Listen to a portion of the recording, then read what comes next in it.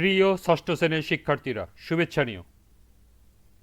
আজকে আমি তোমাদের ইতিহাস ও সামাজিক বিজ্ঞান বইয়ের সপ্তম অধ্যায় প্রকৃতি সংরক্ষণ কার্যক্রম এর ৮০ ও ৮১ পৃষ্ঠার কাজ সমাধান করে দেব। প্রথমে তোমাদের বলবো, যারা আমার চ্যানেলটি সাবস্ক্রাইব করো নাই তারা আমার চ্যানেলটি সাবস্ক্রাইব করবে এবং আমার সাথে থাকবে। তাহলে চলো আমরা ক্লাস শুরু করি। সব দল তাদের উত্তর উপস্থাপন করার পর খুশি আপা জানতে চাইলেন যে তারা তাদের ক্লাবের জন্য কী ধরনের কাজ নির্ধারণ করতে চায়। এ পর্যায়ে ওরা আবারও ৫-৬ জনের দলে বিভক্ত হয়ে সক্রিয় নাগরিক ক্লাবের মাধ্যমে প্রকৃতি সংরক্ষণের জন্য কাজ কী হতে পারে তার একটি তালিকা তৈরি করল।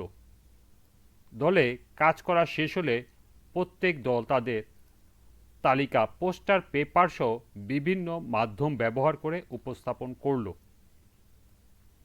উপস্থাপনার পর আলোচনার মাধ্যমে ওরা সব দলের তালিকা যৌক্তিকভাবে বিশ্লেষণ করে বাস্তবায়নযোগ্য কাজের তালিকা তৈরি করল এবং সিদ্ধান্ত নিল যে সক্রিয় নাগরিক ক্লাবের সদস্যরা একক ও দলগতভাবে সারা বছর ধরে কাজগুলো বাস্তবায়ন করবে।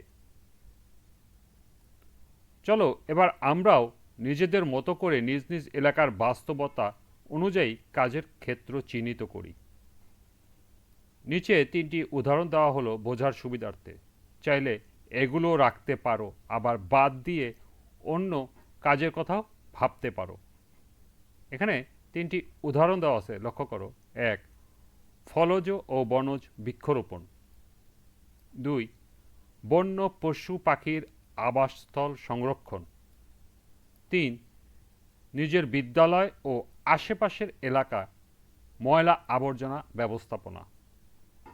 বাকিগুলো তোমার এখানে লিখতে হবে।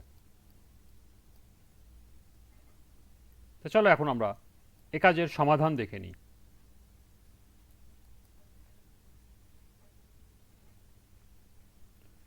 এর সমাধান হবে, আমাদের নিজ নিজ এলাকার বাস্তবতা অনুযায়ী কাজের ক্ষেত্র চিহ্নিত করে নিম্নে উপস্থাপন করা হলো। ১. ফলজ ও বনজ বৃক্ষরোপণ। ২. বন্য পশু পাখির আবাসস্থল সংরক্ষণ। ৩. নিজের বিদ্যালয় ও আশেপাশের এলাকায় ময়লা আবর্জনা ব্যবস্থাপনা।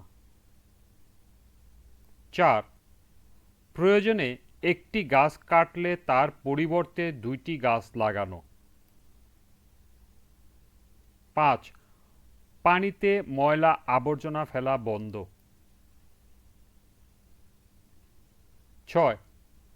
কালো ধোঁয়া নিঃসরণকৃত যানবাহন পরিত্যাগ, অর্থাৎ যেসব যানবাহনে কালো ধোঁয়া থাকবে সেই সব যানবাহন আমরা চড়ব না বা উঠব না। ৭. কলকারখানা থেকে কালো ধোঁয়া নিঃসরণ রোধে স্থানীয় প্রশাসনের সহযোগিতা কামনা। ৮. নদী শাসন বন্ধ করতে স্থানীয় প্রশাসনের সহযোগিতা কামনা। ৯. শব্দ দূষণ বন্ধে সবার সহযোগিতা কামনা। এবং ১০. এলাকায় জনসচেতনতা সৃষ্টি ইত্যাদি।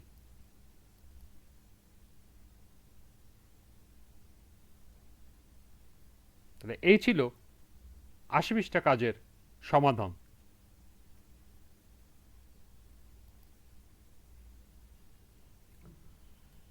কাজের তালিকা তৈরি শেষ হলে খুশি আপা বললেন, কি কাজ করব তা তো ঠিক করা হলো। এবার চলো আমরা নিচে যুক্ত আত্মমূল্যায়নের ছকের মাধ্যমে প্রকৃতি সংরক্ষণ কার্যক্রমের মূল্যায়ন করি। এখানে আরেকটি ছক দেওয়া আছে, লক্ষ্য করো। কার্যক্রমে অংশগ্রহণের পর ১. আমি অন্ততপক্ষে ৩টি স্থানীয় বিলুপ্তপ্রায় প্রাণী সম্পর্কে জানতে পেরেছি। ২. আমি বা আমরা বন্য প্রাণী বা বন্যপ্রাণী বা পরিবেশ রক্ষায় অন্ততপক্ষে একটি উদ্যোগ গ্রহণ করেছি। 3. প্রকৃতি সম্পর্কে আমার আগ্রহ সৃষ্টি হয়েছে। 4. বন্যপ্রাণীর প্রতি আমার ভালোবাসা আগের চেয়ে বেড়েছে। 5. আমি ভবিষ্যতে প্রকৃতি ও পরিবেশ রক্ষায় দৃঢ় প্রতিজ্ঞ। 6. আমি বিশ্বাস করি আমার কাজে ক্লাব উপকৃত হয়েছে। 7.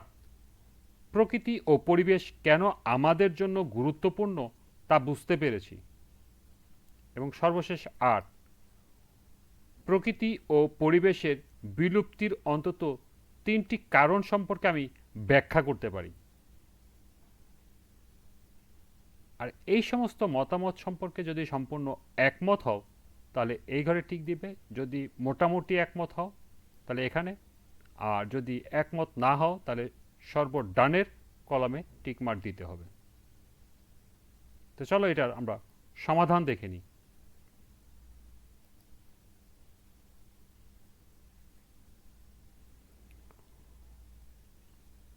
প্রথমটি হলো, আমি অন্ততপক্ষে 3টি স্থানীয় বিলুপ্তিপ্রায় প্রাণী সম্পর্কে জানতে পেরেছি। মোটামুটি একমত, কারণ তুমি 3টি প্রাণী সম্পর্কে নাও জানতে পারো, সেই জন্য সম্পূর্ণ একমত না হয়ে মোটামুটি একমত। আমি বা আমরা প্রাণী, বন্যপ্রাণী বা পরিবেশ রক্ষায় অন্ততপক্ষে একটি উদ্যোগ গ্রহণ করেছি। সম্পূর্ণ একমত। প্রকৃতি সম্পর্কে আমার আগ্রহ সৃষ্টি হয়েছে। সম্পূর্ণ একমত। বন্যপ্রাণীর প্রতি আমার ভালোবাসা আগের চেয়ে বেড়েছে। সম্পূর্ণ একমত।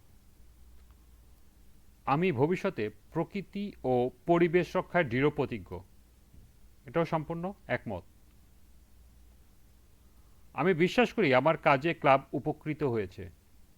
সম্পূর্ণ একমত। প্রকৃতি ও পরিবেশ কেন আমাদের জন্য গুরুত্বপূর্ণ তা বুঝতে পেরেছি। সম্পূর্ণ একমত। সর্বশেষ, প্রকৃতি ও পরিবেশের বিলুপ্তির অন্তত 3টি কারণ সম্পর্কে আমি ব্যাখ্যা করতে পারি। সম্পূর্ণ একমত।